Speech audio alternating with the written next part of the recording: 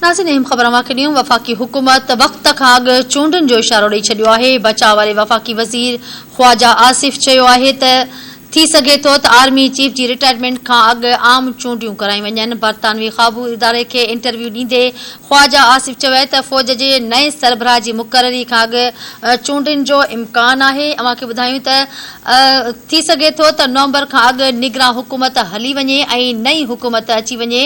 अव्हांखे आगाह कयूं 2013 ऐं 2016 में ॿिनि आर्मी चीफ्स जी मुक़ररी थी। उन वक़्तु वज़ीर आज़म मेरिट ते फ़ैसिला कया ऐं फ़ौज रिकमेंडेशन जो एहतराम कयो। अव्हांखे आगाह कंदा हलूं, ख़्वाजा आसिफ़ चयो आहे त chief of army staff general Qamar Javed Bajwa चई चुको आहे त खेसि तहसीब न घुर्जे। जनरल राहिल शरीफ़ मुदे में वाद जो मुतालबो न कयो हुयो। ख़्वाजा आसिफ़ चयो आहे त नवाज़ शरीफ़ जनरल राहिल शरीफ़ खे न सुञाणींदो हुयो। जनरल बाजवा खे नवाज़ शरीफ़ ऐं उन करे सुञाणींदो हुयो जो हू रावलपिंडीअ जो कोर कमांडर हुयो। नए आर्मी चीफ जी मुक़ररी बाबति इमरान ख़ान पंहिंजी मर्ज़ी हलाइण पिए चाही। सीनियरिटी लिस्ट में जनरल फैज़ हमीद जो नालो साम्हूं आयो आहे त गौर कयो वेंदो।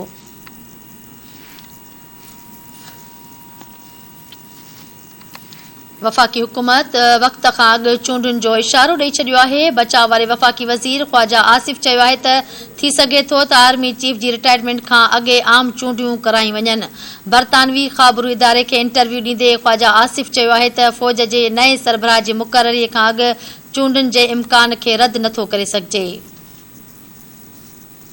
अव्हांखे आगाह कयूं पिया, थी सघे थो त नवंबर खां अॻु निगरान हुकूमत हली वञे। इहो चवणु आहे ख़्वाजा आसिफ़ जो। नई हुकूमत अची वञे, इहो चवणु आहे ख़्वाजा आसिफ़ जो। 2013-2016 में ॿिनि आर्मी चीफ्स जी मुक़ररी थी। उन वक़्तु वज़ीर आज़म मेरिट ते फ़ैसिला कया ऐं फ़ौज रिकमेंडेशन जो एहतराम कयो।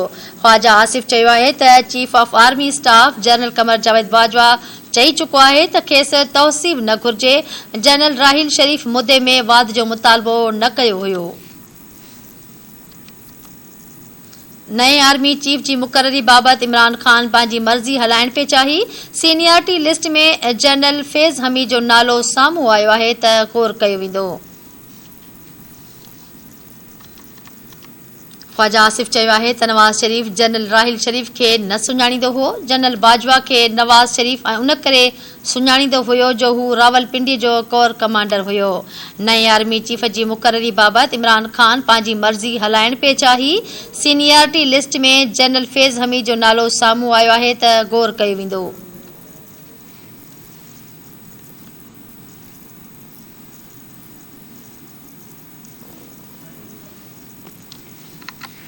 वफ़ाक़ी हुकूमत वक़्त खां अॻु चूंडुनि जो इशारो ॾेई छॾियो आहे।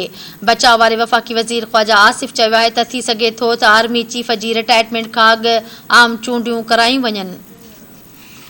बरतानवी ख़ाबरू इदारे खे इंटरव्यू ॾींदे ख़्वाजा आसिफ़ चयो आहे त फ़ौज जे नए सरबराह जी मुक़ररीअ खां अॻु चूंडुनि जे इम्कान खे रद्द नथो करे सघिजे। थी सघे थो त नवंबर खां अॻु निगरान हुकूमत हली वञे ऐं नई हुकूमत अची वञे। 2013-2016 में ॿिनि आर्मी चीफ्स जी मुक़ररी थी। उन वक़्तु वज़ीर आज़म मेरिट ते फ़ैसिला कया ऐं फ़ौज रिकमेंडेशन जो एहतराम कयो। ख़्वाजा आसिफ़ चयो आहे त chief of army staff general Qamar Javed Bajwa चई चुको आहे त खेसि तहसीब न घुर्जे। जनरल राहिल शरीफ़ मुदे में वाद जो मुतालबो न कयो हुयो। अव्हांखे आगाह करे रहिया आहियूं, ख़्वाजा आसिफ़ चयो आहे त नवाज़ शरीफ़ जनरल राहिल शरीफ़ खे न सुञाणींदो हो। जनरल बाजवा खे नवाज़ शरीफ़ उन करे सुञाणींदो हुयो जो हू रावलपिंडीअ जो कोर कमांडर हुयो। नए आर्मी चीफ जी मुक़ररी बाबति इमरान ख़ान पंहिंजी मर्ज़ी हलाइण पिए चाही। सीनियरिटी लिस्ट में जनरल फैज़ हमीद जो नालो साम्हूं आयो आहे त गौर कयो वेंदो।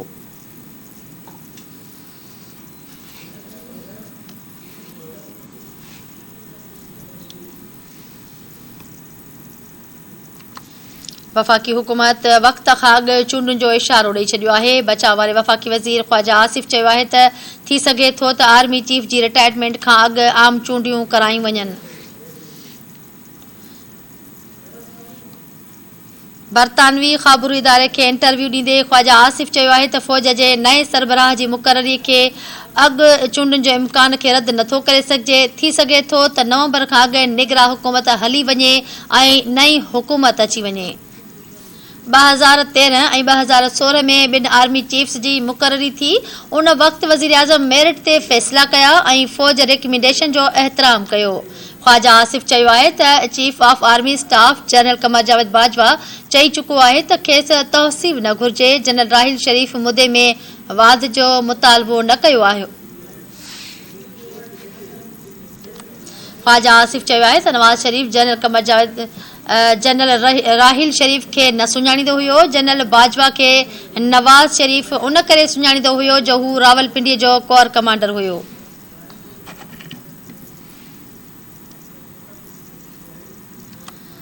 अवांखे आगाह कयूं पिया नए आर्मी चीफ जी मुक़ररी बाबति इमरान ख़ान पंहिंजी मर्ज़ी हलाइणु चाहे पई, इहो चवणु आहे ख़्वाजा आसिफ जो चवणु आहे त सीनियरिटी लिस्ट में जनरल फैज़ हमीद जो नालो साम्हूं आयो आहे त ग़ौर कयो वेंदो।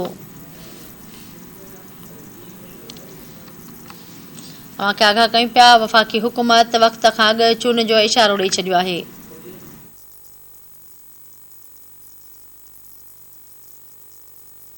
जी नाज़रीन, असां सां गॾु सीनियर तज्ज़िया निगार ऐं एंकर पर्सन फयाज़ नाइच लाइन ते मौजूद आहे। अस्सलाम वालेकुम सर। वालेकुम अस्सलाम सर, वफ़ाक़ी वज़ीर ख़्वाजा आसिफ जो बयान साम्हूं आयो न, इन हवाले सां मां छा चवंदो? जो ख्वाजा आसिफ साहब बयान ॾिनो आहे ऐं उन बयान जे बारे में ज़ाहिर आहे पार्टियुनि जो जेको आहे अञा उन ते रद्दमल अचणो आहे ऐं ज़ाहिर आहे मुस्लिम लीग नून जेका हिन वक़्तु उहा वियल आहे, तमामु उनजो वॾो वफ़द पंहिंजो लंडन वियल आहे ऐं उते अहम फ़ैसिला थियणा आहिनि ऐं असांखे पर जेको बुनियादी मक़सदु हुयो हिन हुकूमत अचण सां जेको ॻाल्हियूं कयूं हुयूं उनमें बुनियादी जेको मामिलो हुयो उहो इलेक्टोरल रिफॉर्म जो मामिलो हुयो जंहिं ते अञा ताईं को कमु न थियो आहे ऐं इलेक्टोरल रिफॉर्म्स खां सवाइ जेको आहे चूंडूं थियण जी ॻाल्हि जेका आहे उहा सम्झ में अचण खां बालतर आहे। नंबर 1। नंबर 2 ॻाल्हि इहा आहे त ख़ुदि इलेक्शन कमीशन जेका आहे उहा चई चुकी आहे त उहा अक्टूबर खां अॻु चूंडूं नथी कराए सघे। नंबर 3 इहा आहे त हिन हुकूमत जेको आहे सेंसस जो प्लान ॾेई छॾियो आहे त अगस्त खां सेंसस थींदी आहे। जेकॾहिं सेंसस थींदी त ख़ुदि जेको आहे उन हवाले सां पोइ नई सेंसस जा नतीजा अचनि उनखां पोइ नयूं तकबंदियूं थियनि त इहे सॼा मामला जेके आहिनि उहे अञा ताईं पिया आहिनि, अञा ताईं अनरिज़ॉल्वड जेको आहिनि उहे पिया आहिनि। तंहिंजे करे ख्वाजा आसिफ जो जेको इहो बयानु आहे उनजे बारे में ॾिसिजे त पार्टियूं छा थियूं चवनि। बाक़ी ज़ाहिर आहे चूंडुनि जे हवाले सां हिकिड़ो प्रेशर त आहे तहरीक इंसाफ़ जे पारां ऐं उहो प्रेशर जेको आहे उहो जारी आहे ऐं जेकॾहिं हुकूमत वक़्त खां अॻु चूंडूं कराए थी त उनजो मतिलबु इहो आहे त हुकूमत उन प्रेशर खे क़बूल करे वरितो आहे ऐं PTI पंहिंजे उनमें कामयाबु थी वई आहे।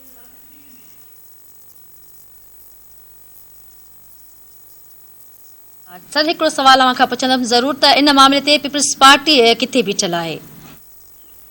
पीपल्स पार्टी त पहिरें ॾींहं खां वठी पीपल्स पार्टी जो मौक़िफ़ वाज़े आहे। मुंहिंजे ख़्याल में पीपल्स पार्टी त पंहिंजे जेको आहे पहिरीं पार्टी आहे पाकिस्तान जी जंहिं जेको आहे जनरल इलेक्शन जे हवाले सां टिकटनि जे लाइ पंहिंजो चई छॾियो आहे त जेके माण्हू इंट्रस्टेड आहिनि उहे टिकटनि लाइ अप्लाई करे सघनि था। पीपल्स पार्टी खे चूंडुनि में तयारी करण जे हवाले सां का दिक़त न आहे का मुंहिंजे ख़्याल में। बाक़ी पीपल्स पार्टी जो शुरूआत खां वठी इहो जेको असुली मौक़िफ़ रहियो आहे उहो इहो रहियो आहे त इलेक्टोरल रिफॉर्म्स थियणु घुरिजनि ऐं इलेक्टोरल रिफॉर्म्स खां सवाइ जेकॾहिं इलेक्शन में वेंदा वञण शायदि पीपल्स पार्टी उन हवाले सां हिन फ़ैसिले में शायदि इंट्रस्टेड न हुजे या उन सां गॾु न बीहे। इलेक्टोरल रिफॉर्म्स हिन वक़्तु जेका हुकूमत आहे जेका जंहिंमें PDM जे समूरियूं पार्टियूं खां अलावा जेको आहे तहरीक पंहिंजो पाकिस्तान पीपल्स पार्टी, अवामी नेशनल पार्टी, इन सभिनी पार्टियुनि जेको महिरबानी। ठीकु आहे सर। नाज़रीन, मूंखे ॿुधायूं पिया वफ़ाक़ी हुकूमत वक़्त खां अॻु चूंडुनि जो इशारो ॾेई छॾियो आहे। बचाव वारे वफ़ाक़ी वज़ीर ख़्वाजा आसिफ चयो आहे त थी सघे थो त आर्मी चीफ जी रिटायरमेंट खां अॻु ई आम चूंडियूं करायूं वञनि।